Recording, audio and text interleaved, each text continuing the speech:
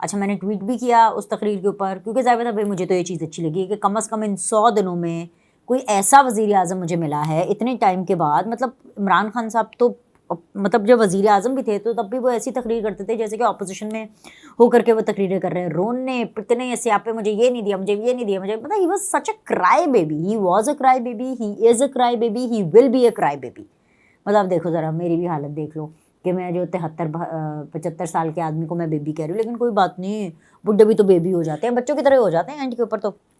اچھا تو ایک تو یہ چیز. دوسری چیز یہ کہ شہباز شریف نے کیونکہ عمران خان صاحب کو بالکل ڈی لپ پہ رکھا تو ان کی جو قوم سے خطاب تھا نا وہ بڑا پازیٹیو اور کنسٹرکٹیو تھا. تمام پیروں کو انہوں نے دیکھا، فلسطین کے بارے میں انہوں نے بات کی، حج آف کورس اس کے حوالے سے بات کی، بجٹ، مہنگائی، یہ ان ساری چیزوں کے اوپر بات کی. انہوں نے کہا کہ بالکل جی مشکل حالات ہیں، مہنگائی کی شرح 38% سے ابھی تھوڑی کم ہوئی ہے. ساری انہوں نے اس طرح کی باتیں کی.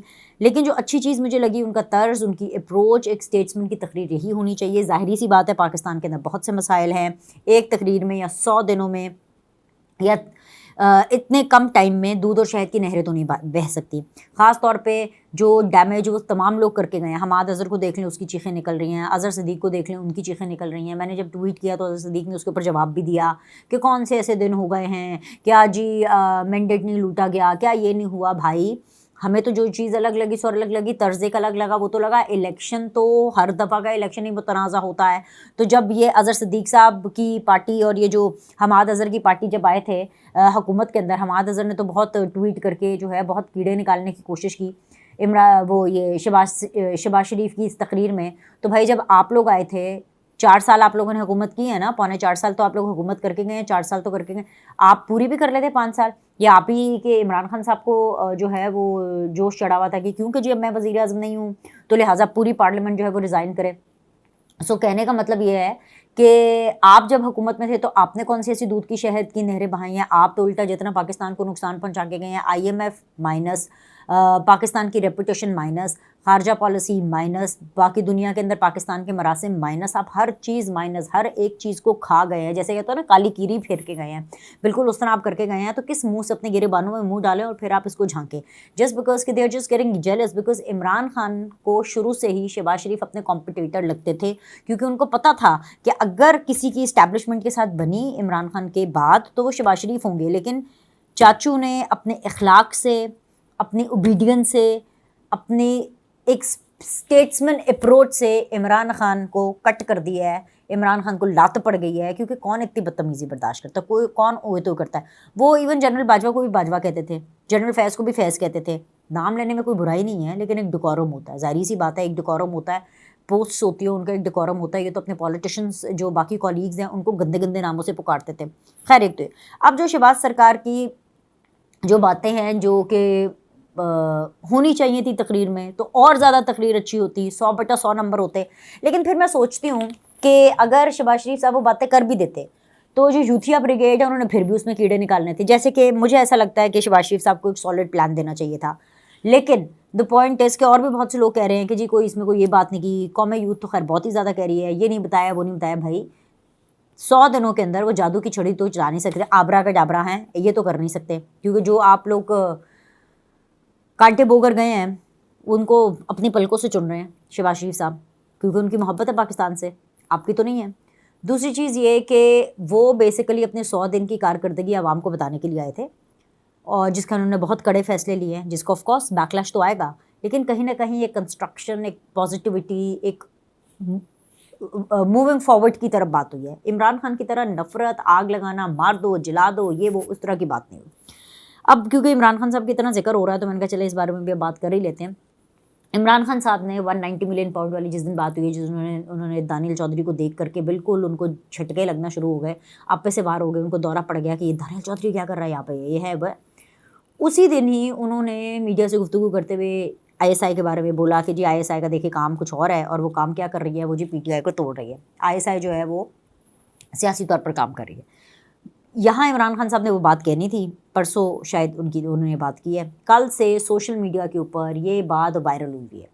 عمران خان نے خود اس حوالے سے ٹویٹ کیا. اچھا یہ ایک نیا طریقہ ہے جو عمران خان صاحب کرتے ہیں، اردو اور انگلش دونوں میں الگ الگ ٹویٹ کرتے ہیں، ٹھیک ہے.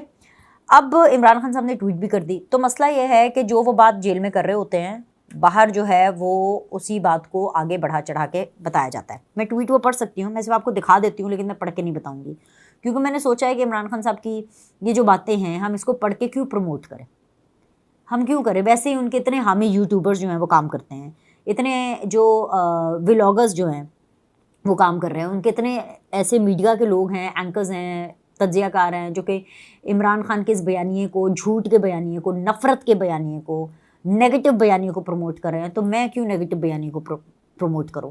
سو لہٰذا ٹویٹ تو میں پڑھوں گی نہیں, لیکن انہوں نے بس اس ٹویٹ کے اندر یہ کہا ہے.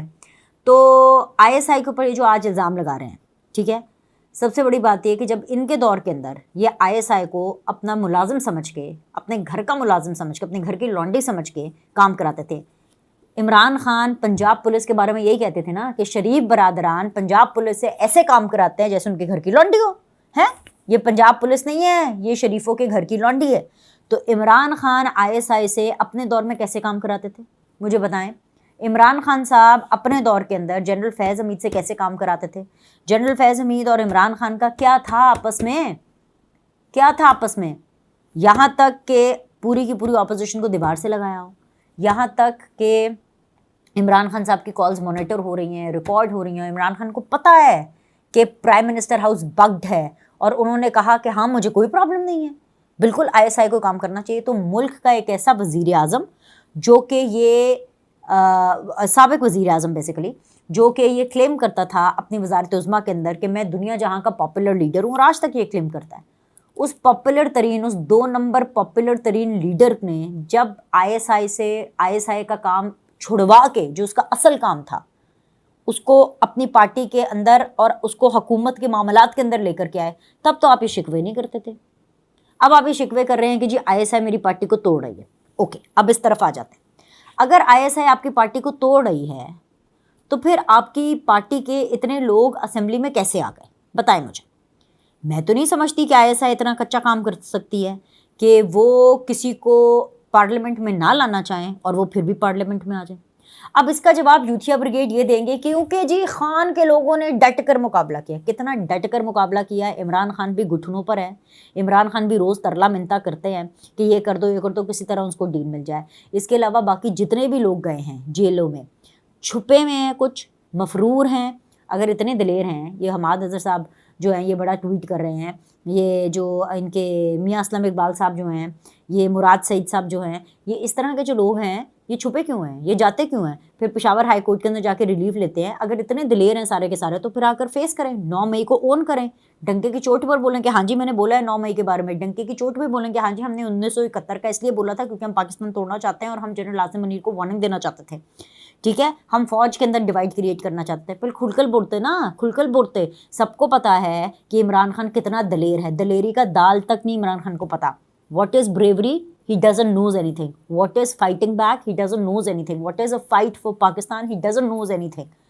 عمران خان کو تو یہ بھی نہیں پتا کہ پاکستان کتنی قربانیوں کے بعد حاصل کیا تھا ہمارے بزرگوں نے.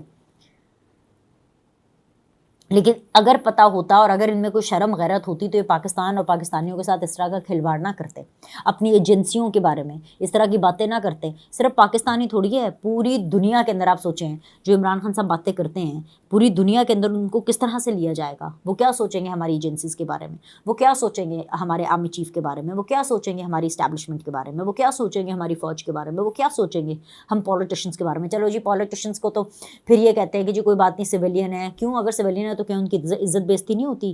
کیا ایجنسیوں کی کوئی عزت بےزتی نہیں؟ آپ کو پتہ ہے ایجنسیوں کا کیا کام ہوتا ہے. آپ اس طرح سے ان کو کمزور کرنے کی کوشش کریں گے, ان کی غلط پروفائلنگ کر کے. آپ ہیں کون؟ آپ کو تو چاچو منہ نہیں لگاتے, آپ کو تو نواز شریف منہ نہیں لگاتے. نواز شریف کہتا ہے جاؤ ایک لینا ہے ایسی, جاؤ 2 لینے ہیں, ہم کہتے ہیں ایک کے بجائے 2 لگاؤ, جاؤ جو کرنا ہے کرو, جاؤ بھاڑ میں جاؤ. یہ بولتے ہیں آپ کے بارے میں, عمران خان کے بارے میں. پھر بھی ان کو آگ لگی رہتی ہے, پھر بھی جو ہے وہ بیگانی شادی میں عبداللہ دیوانہ تقریر شہباز شریف کر رہے ہیں, تکلیف ان کو ہو رہی ہے. شہباز شریف جوڑنے کی بات کر رہا ہے, یہ آئی ایس آئی کے اوپر انگلی اٹھا رہے ہیں, یہ توڑنے کی بات کر رہے ہیں.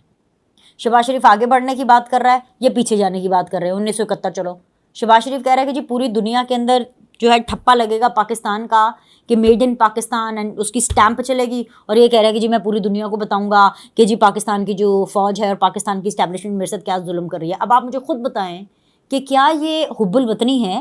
آپ مجھے خود بتائیں کہ کیا ان جیسے لوگوں کا، عمران خان اور جوتیا بریگیڈ جو توڑنے کی، بدنام کرنے کی، گالی کی، پروپیگنڈے کی، جھوٹ کی، 2 نمبری کی سیاست کرتے ہیں، کیا ان کو ایسے منہ اٹھا کے شہباز شریف کی 100 دن کی تقریر کے اوپر بات بھی کرنی چاہیے؟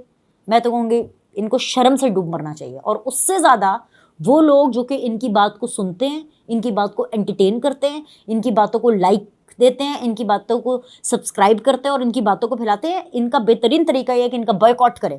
کر لیں گے تو اچھی بات ہے، نہیں کریں گے آپ ان لوگوں کا بائیکاٹ ہیں اس یوتھیا بریگیڈ کا، تو آٹومیٹیکلی فائر وال لگے گی تو خود ہی ہو جائے گا. یہ جب فائر وال کا کام مکمل ہوگا نا، ان کو خود ہی پتہ چل جائے گا. اینی ویز ابھی کے لیے اتنا ہی. لائک کریں، سبسکرائب کریں. انشاءاللہ تعالیٰ آپ سے اگلی ویڈیو کے اندر ملاقات کریں گے، اور پھر ظاہر سی بات ہے عید کے دن پہ بھی ملاقات کریں گے نا، عید کے کپڑے پہن کے. Okay G, C you soon. اللہ حافظ.